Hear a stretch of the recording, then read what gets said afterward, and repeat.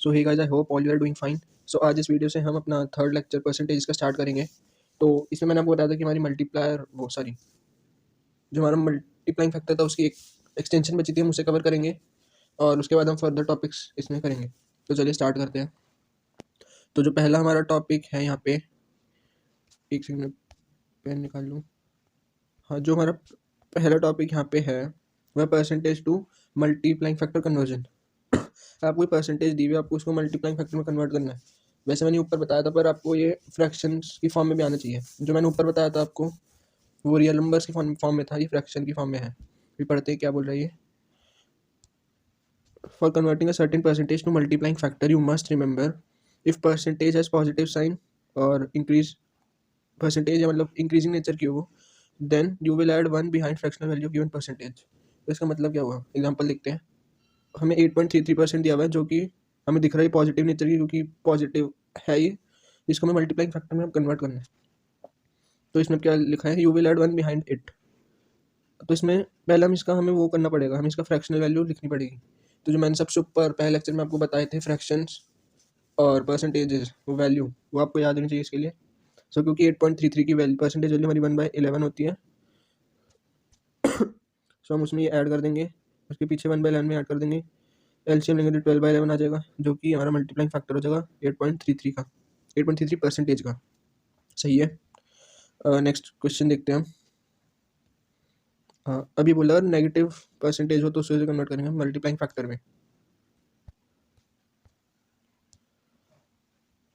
If percentage has negative sign और decrease percentage you will subtract one behind fractional value given percentage. तो उसमें अब one minus करना है, प्रोवाइडेड आपको उसकी फ्रैक्शनल वैल्यू याद होनी चाहिए परसेंटेज की। लाइक अभी ये 16.66% है, -16.66% है। तो अगर हमने ऊपर वैल्यूज याद करके रखी होंगी तो हमें पता होगा कि 1/6 की वैल्यू होती है 16.66%। सो हम इसमें भी यहाँ पे क्योंकि नेगेटिव तो ये माइनस करेंगे, तो ये हमारा आ जाएगा 15/16, जो हमारा मल्टीप्लाइंग फैक्टर होगा -16.66 का। सो अब आप ये सोच रहे होगे शायद कि हम यहाँ पे माइनस क्यों कर रहे हैं डिक्रीज के केस में। ऐसा इसलिए होता है क्योंकि मल्टीप्लाइंग फैक्टर जो होता है हमारा, वो ओरिजिनल नंबर के कंपैरिजन में निकलता है।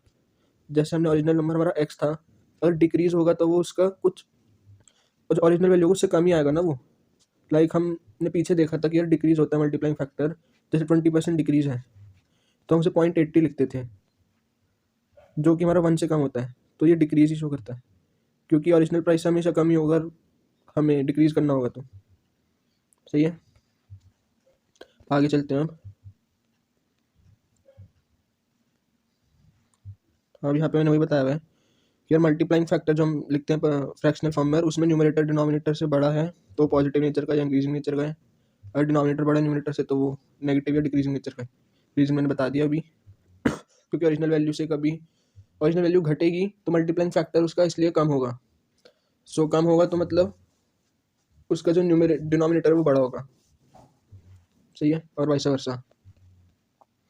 अब आती है हमारी conversion of multiplying factor to percentage. अब उल्टा, और हमें कोई ज़रूरत पड़ी तो मैं इसलिए आपको करा रहा हूँ। एक बार रीड कर लेते हैं ये। For converting multiplying factor into percentage you just have to subtract 1 from either side of given multiplying factor to know the percentage, and always take positive sign no matter if it is coming negative. So अभी हमें बोल रहा है अगर हमें multiplying factor दे दिया like ये -8/9 और हमें इसको परसेंटेज में कन्वर्ट करना है। सो आप या तो ऐसे कर सकते हो, इसकी LHS से इसमें माइनस कर लो 1, या किया ऐसे कर सकते हो 8/9 -1। पर जो हमारे यहाँ पे नेगेटिव आंसर आएगा इस केस में, आपको उसको नेगेटिव पार्ट को इग्नोर करना है, सीधा पॉजिटिव लिखना है। सो आंसर हमारा इसमें आएगा 1/9 ही। यहाँ पे नेगेटिव आएगा पर हम उसे इग्नोर कर रहे हैं। सो यहाँ भी 1/9 आएगा इस केस में भी हमारा, जो कि हमारा होता है 11.11%। जब क्योंकि हम अभी मैंने ऊपर बताया था कि अब यहाँ पे हमारा डिनोमिनेटर बढ़ा है, तो हमें वो पहले से पता चल रहा है डिक्रीजिंग नेचर है इसका। सो इसमें माइनस दे दिया अलग से, ना भी दे दे तो आपको वो पता होना चाहिए। सो क्योंकि आपको ये पता है तो आप यहाँ पे लगा दोगे परसेंटेज में -11.11 या डिक्रीज ऑफ 11.11%। सो ये आपके लिए होमवर्क है। ये 2 क्वेश्चन, इसमें 2-3 पार्ट हैं, ये आपको मुझे करके बताने हैं, और जो कोई इन सब के सही आंसर देगा मैं उस कमेंट को पिन कर दूंगा। सही है, फर्दर चलते हैं।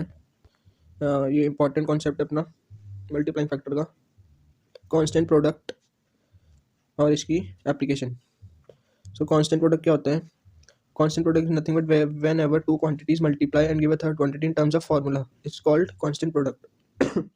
सो अभी बोलना क्या चाह रहे हैं, जब भी किसी फार्मूले में हमें कोई दो वैल्यूज हों, लाइक जैसे मैंने एग्जांपल लिया P equals to into B. एक P हमें लाइक एक्सपेंडिचर है हमारा, A हमारा प्राइस है, Q हमारा क्वांटिटी है।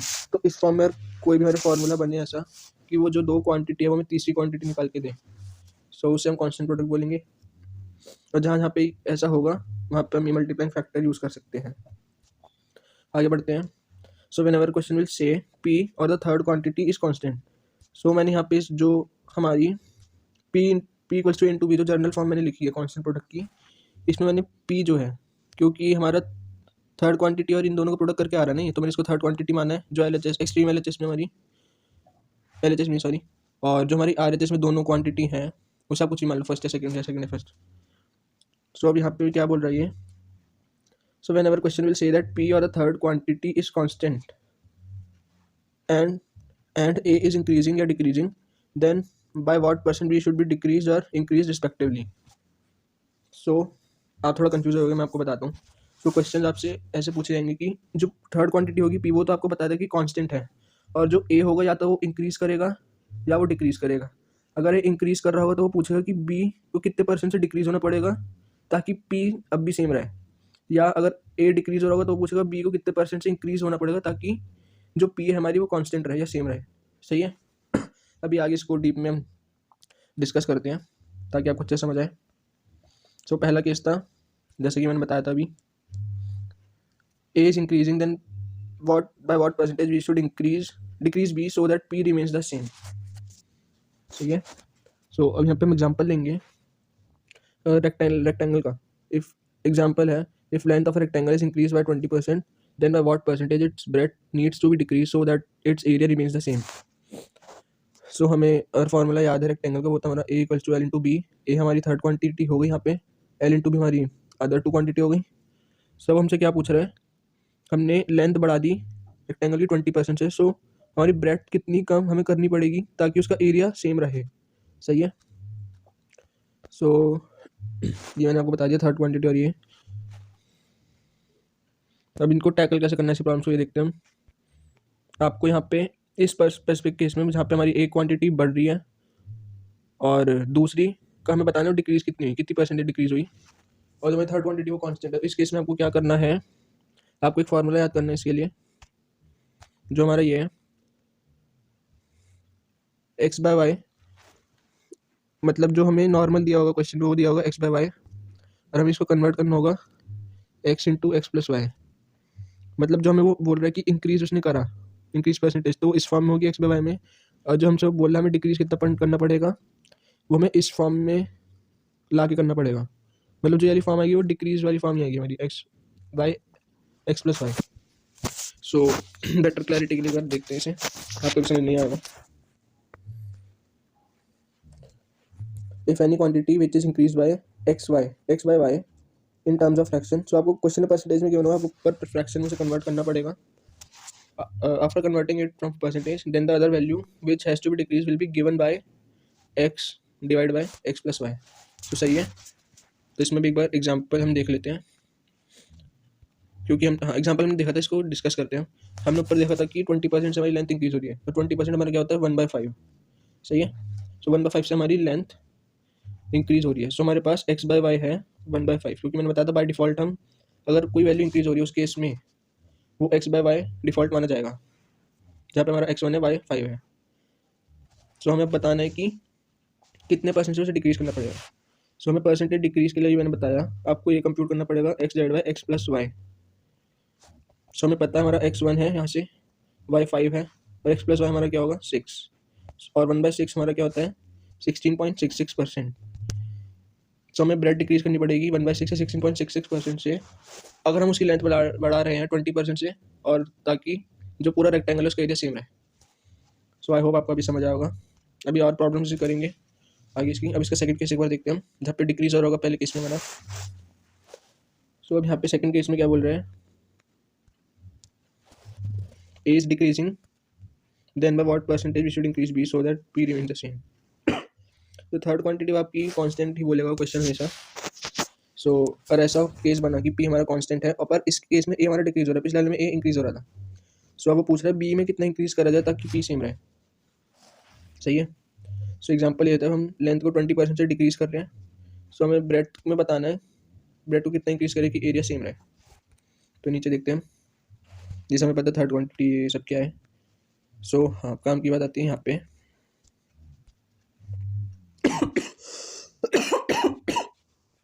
अगर हम लेंथ को घटा रहे हैं 25% से, इसे 20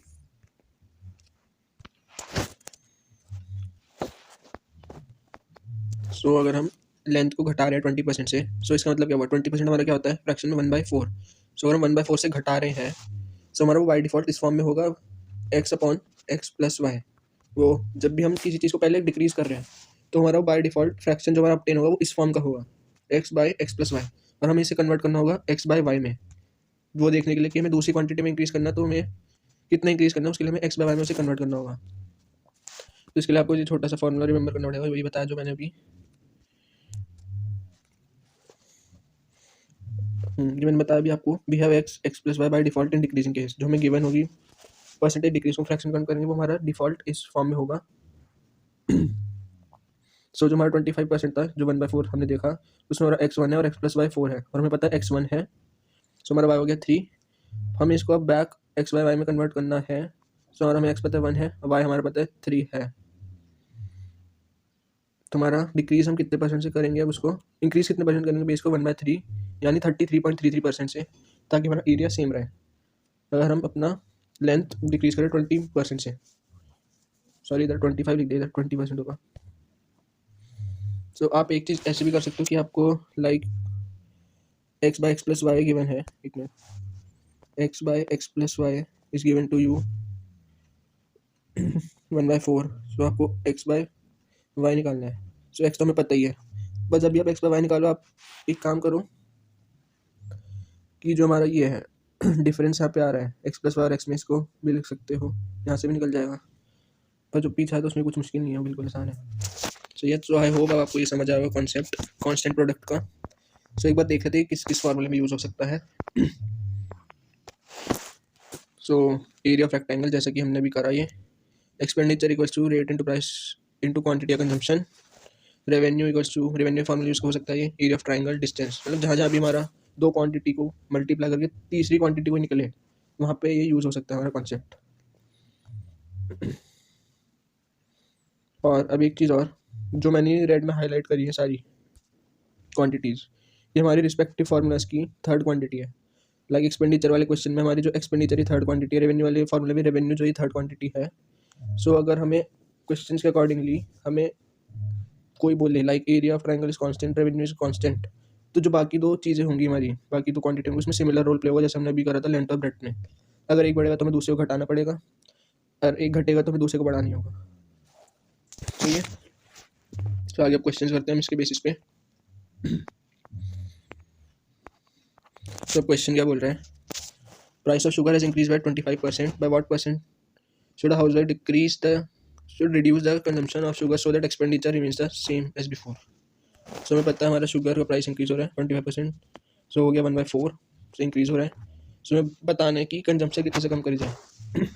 पहले हमें x by x plus y बताना है 1, सो 1/5 आ जाएगा, इतने से हमें घटाना पड़ेगा, 20% से हमें घटाना पड़ेगा कंजम्पशन। तो यहाँ पे देखते हैं, एक ट्रेडिशनल मेथड से मैंने आपको करके दिखाया, वैसे वो यूज़ नहीं करना आपको, बट मैंने आपको करके दिखाया वो बस। ये आप PDF में देख लेना, बिल्कुल आसान से है। और शॉर्टकट में देखते हैं तो शॉर्टकट से हमारा 20% आ रहा है, जो हमने ऊपर निकाला अभी जस्ट।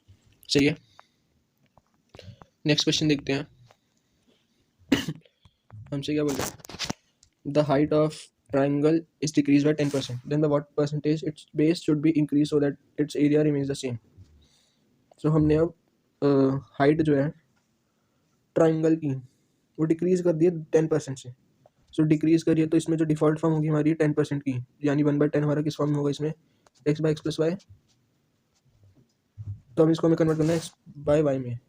सो हमारा ये आ जाएगा 1/9, जो कि हमारा होता है 11.11%। सो हमें 11/11% 0.11% से क्या बोलते हैं, बेस को इंक्रीज करना पड़ेगा।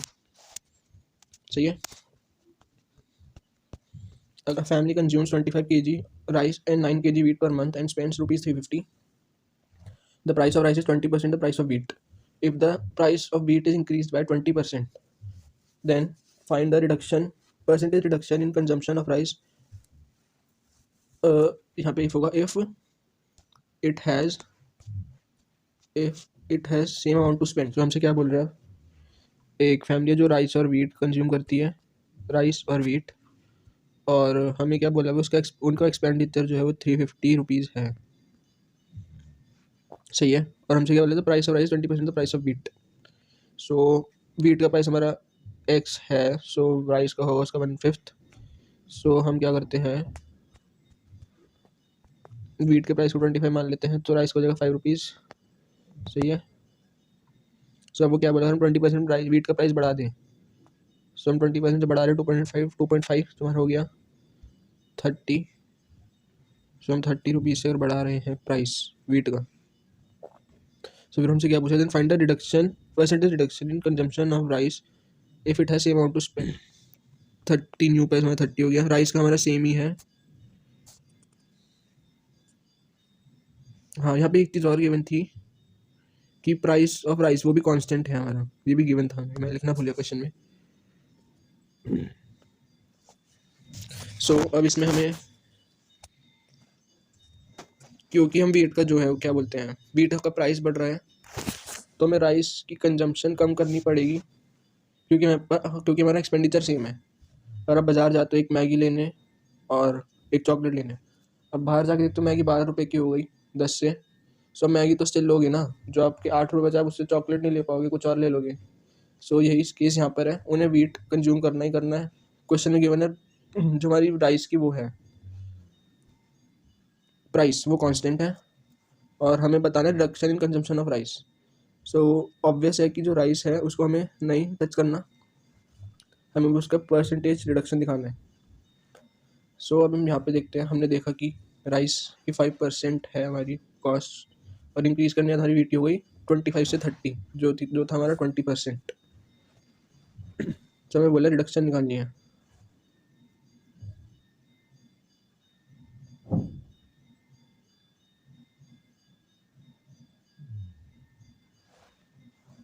तो रिडक्शन निकालने के लिए हम क्या करेंगे, हमें पता है कि 30 रुपीज़ हमारा इंक्रीज न्यू प्राइस है, और हमें पता है वीट है 30 रुपीज़ का, हमें पता है 9 kg वीट कंज्यूम कर रही है वो फैमिली। सो 270 हमारा वीट का हो गया, रेस्ट कितना बचा 80। सही है।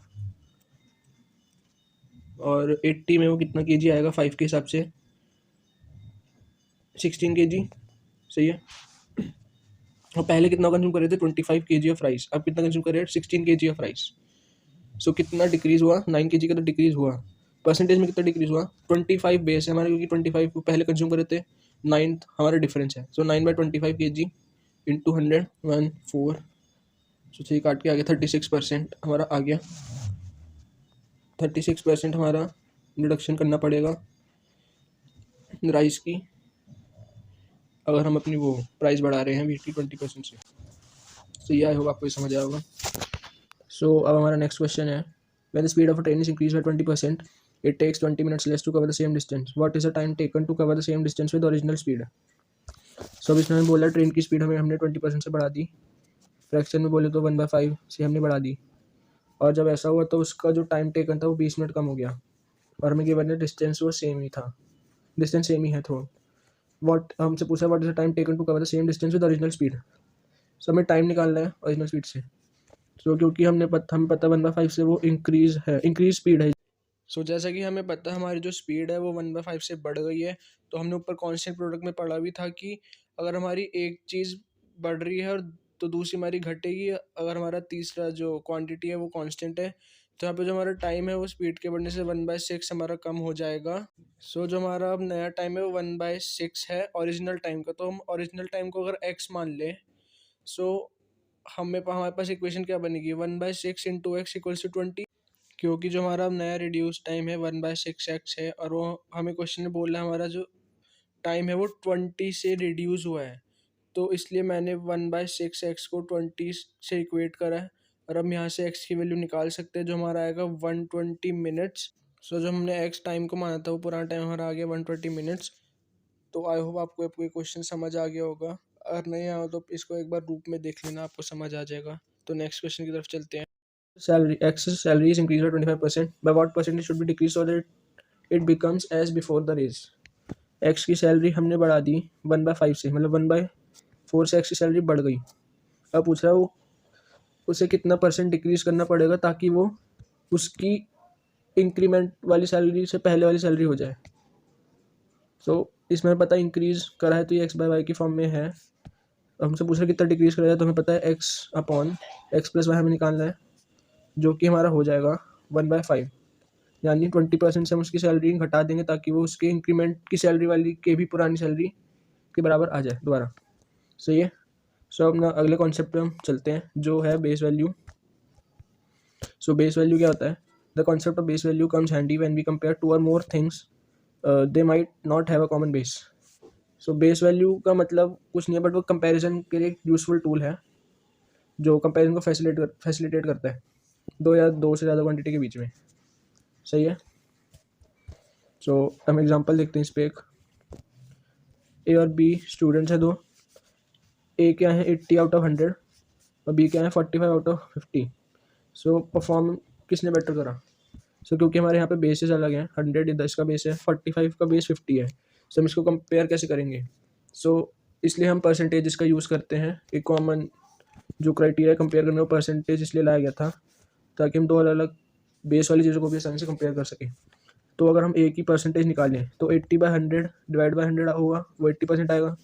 बी की हम परसेंटेज निकालेंगे 45 डिवाइड बाय 50 इंटू 100, वो हमारा 90 आ रहा है। सही है। सो हमें इस परसेंटेज निकाल पता चला कि बी ने ज़्यादा बेहतर परफॉर्म करा है ए से। भले ही उनका बेस अलग है पर हमने ये कंक्लूड कर दिया कि बी की जो परफॉर्मेंस थी वो ए से बेटर थी। सही है।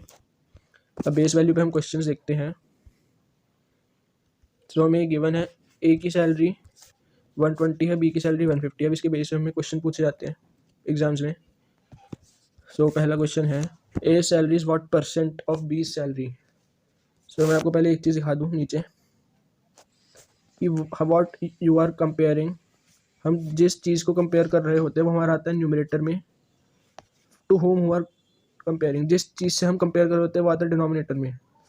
और न्यूमरेटर बाय डिनोमिनेटर में ये आएगा इंटू 100, क्योंकि हम परसेंटेज निकाल ले तो इंटू 100 हम लगाएंगे। सही है। ऊपर चलते हैं क्वेश्चन पे। हमसे क्या पूछ रहा है? A salary is what percentage of B salary.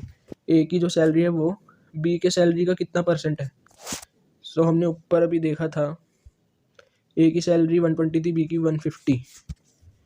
सो क्योंकि हमसे वो पूछ रहा है ए सैलरी, सो यहाँ पे हमारा हम ए की सैलरी को कंपेयर कर रहे हैं तो वो न्यूमरेटर में आएगा, राइट। और किसकी सैलरी से कंपेयर कर रहे हैं? A salary what of B salary, तो इसलिए 20 की सैलरी से हम कंपेयर करें तो डिनोमिनेटर में आएगा इंटू 100। सो ये हमारा आ गया 80% की जो ए की सैलरी है वो 80% है बी की सैलरी की। नेक्स्ट क्वेश्चन देखते हैं। B salary is what percent of A salary. So हमें पता है बी की सैलरी 150 है, ए की 120 है। सो हम यहाँ पे बी की सैलरी को कंपेयर कर रहे हैं तो इसलिए बी की हम ऊपर लिखेंगे। अब किसके कंपेयर हम किससे कर रहे हैं? उसका ए से। इज व्हाट परसेंट ऑफ ए से सैलरी, तो इसलिए हम ए की सैलरी हमने डिनोमिनेटर में लिखी इंटू 100, टू हम परसेंटेज निकाल रहे हैं 5 4 25। सो इसका आंसर हमारा आ गया 125%। सो बी की सैलरी जो है वो 125% है ए की सैलरी के। थर्ड पार्ट देखते हैं हम क्या पूछ रहा है। B salary is how much more than that of A salary. So अब इसमें आता है मोर, कितना मोर देन पूछ रहा है। सो हमें पता है ए की थी 120, बी की थी 150। सो बी की कितनी ज़्यादा थी ए से? हमसे पूछ रहे हैं बी की सैलरी कितनी ज़्यादा है ए से। सो हम पहले यहाँ से डिफरेंस निकाल लेंगे।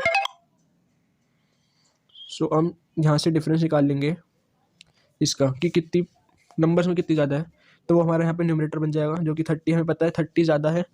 और हम कंपेयर किससे कर रहे हैं? More than that of A salary. A की सैलरी से हम कंपेयर कर रहे हैं तो डिनोमिनेटर हमारा ए की सैलरी आ जाएगी इंटू 100, 1/4 से आगे 25%। सो बी की जो सैलरी है वो 25% ज़्यादा है ए की सैलरी से। सही है। नेक्स्ट पार्ट देखते हैं, इसका वाइस वर्सा होगा। ए की जो सैलरी है वो कितनी परसेंट कम है बी की सैलरी के। सो हमें यहाँ पता है ए की 120 थी, बी की 150 थी। सो लेस का केस है क्योंकि ए के पर्सपेक्टिव से बात हो रही है, तो हम देखेंगे कितनी कम है ए की, 30 ही कम है। पर हम कंपेयर अब किससे कर रहे हैं ए की सैलरी को, बी की सैलरी से। सो बी की सैलरी कितनी 150 से हमारा आएगा 20%। सही है। अब हमसे फिफ्थ पार्ट में क्या पूछ रहा है वो, by what percent A salary should be increase so that it equals B salary. A की सैलरी को कितना परसेंट बढ़ाया जाए ताकि वो बी की सैलरी के बराबर आ जाए। सो अगेन ए की 120, बी की 150। सो हमें ए की सैलरी को कितना बढ़ाना पड़ेगा 150 तक लाने के लिए, +30। सो +30 इधर आया हमारा। पर हम यहाँ पे अब किसकी सैलरी को बेस बना के 30 बढ़ाएंगे हम, क्योंकि यहाँ पे ए की सैलरी बढ़ानी है हमें, बी की हमें इक्वल करनी है, हम सब कंपेयर नहीं कर रहे हैं, हमें बढ़ानी तो ए की सैलरी है ना।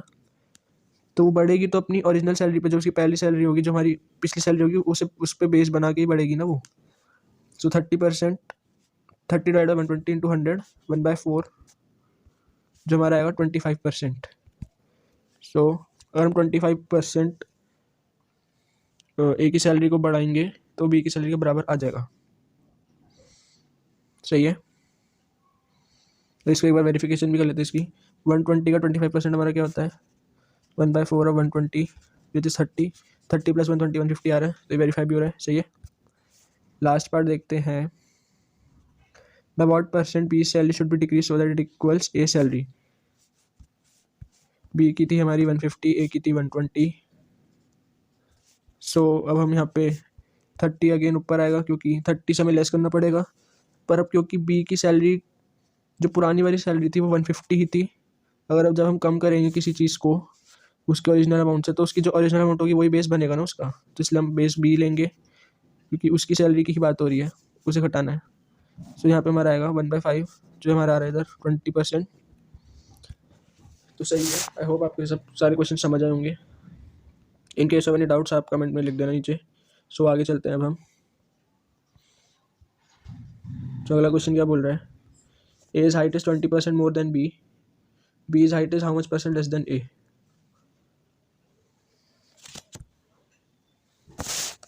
सो परसेंटेज से क्वेश्चन में आप कभी भी 100 को अज्यूम कर सकते हो किसी भी चीज़ को, और ऐसे क्वेश्चन आते हैं जहाँ पे हमें कोई नंबर नहीं दिया तो आप 100 अज्यूम करके कर सकते हो सॉल्व आसानी से। सो क्या बोल रहा है, how much percent less than A, B की हाइट कितनी परसेंट लेस देन है ए के। शुरू में वो क्या बोला है, A's height is 20% more than B. So B की हाइट हम अगर 100 ले रहे हैं तो ए की हमारी हो जाएगी 120। सही है। सो अब पढ़ते हैं हम। वो बोल रहा है बी की सैलरी, बी की हाइट सॉरी, कितनी परसेंट कम है ए से। सो यहाँ से हम डिफरेंस निकाल के देख पता चल रहा है 20 कम है, पर हम कंपेयर किससे कर रहे हैं, ए से। तो यहाँ पे डिनोमिनेटर में आएगी हमारी ए की हाइट जो कि हमारी है 120, से आगे 1/6। सो ये आगे हमारा 16.66%। सही है। नेक्स्ट क्वेश्चन देखते हैं। अगर आपको ये फ्रैक्शन को परसेंटेज कन्वर्ट करने में दिक्कत हुई तो आप शुरू से प्लेलिस्ट देखो, आपको तब समझ आ जाएगा अच्छे से। नेक्स्ट क्वेश्चन देखते हैं। हमसे क्या बोल रहे हैं, C salary 30% less than S salary is how much percent more than C. तो हमसे वो बोल रहा है सी की जो सैलरी है वो 30% लेस देन है एस के। सो एस की सैलरी को हम ले लेते हैं 100। हाँ, तो हम सी एस की सैलरी को 100 लेते हैं, तो सी की सैलरी हमारी कितनी हो जाएगी 70। तो हमसे पूछ रहे हैं then S salary is how much percent more than C. तो एस की सैलरी कितनी ज़्यादा है सी से। तो हम यहाँ से डिफरेंस निकालेंगे, 30 आ रहा है, वो न्यूमरेटर बन जाएगा। अब क्योंकि हम सी से कंपेयर कर रहे हैं तो सी की सैलरी हमारी डिनोमिनेटर बन जाएगी जो कि हमारा था 70। सो हम यहाँ पे करेंगे तो आ जाएगा 3/7 × 100। सो हमारा क्योंकि 1/7 हमारा होता है 14.28, सो 3/7 हमारा आएगा 42.84%। सही है। नेक्स्ट क्वेश्चन देखते हैं। 80% of B is 20% more than C. तो हमें इसके बेस पे पूछा है is what percent of C. So हमें अब इसको कैसे टैकल करना है, यहाँ पे 3 क्वांटिटी है, चेन में हमें दिया हुआ है, चेन बना के कि ए का बी से रिलेशन दिया हुआ है, बी का सी से दिया हुआ है। अब यहाँ पे बोला है B is 20% more than C, तो हमारा सी 100 है तो बी हमारा 120 हो जाएगा। और हमसे क्या पूछ रहा है, A is what percent of C, और हमें इधर गिवन है A is 80% of B, B हमारा 120 है, तो ए हमारा हो जाएगा 120 का 80%, जो कि हमारा आएगा 96। सो अब हमसे पूछ रहा है A is what percent of C, A is what percent of C, क्योंकि ए पूछ रहा है वो ए को कंपेयर कर रहा है, तो ए हमारा न्यूमरेटर में, अब किससे कंपेयर कर रहा है, सी से, तो सी हमारा क्या है 100, तो हमारा आ गया 96%। सो नेक्स्ट पार्ट पे चलते हैं हम। नेक्स्ट पार्ट क्या पूछ रहा है, C is how much more than A, so हमें पता है सी हमारा था 100, ए हमारा था 96। अब बोल रहा है सी कितना ज़्यादा है ए से, तो हम डिफरेंस देख सकते हैं, यहाँ से 4 ज़्यादा है तो वो न्यूमरेटर में आ जाएगा। हम कंपेयर किससे कर रहे हैं, ए से, तो ए हमारा आ जाएगा डिनोमिनेटर में 96 इंटू 100, जो कि हमारा यहाँ से आएगा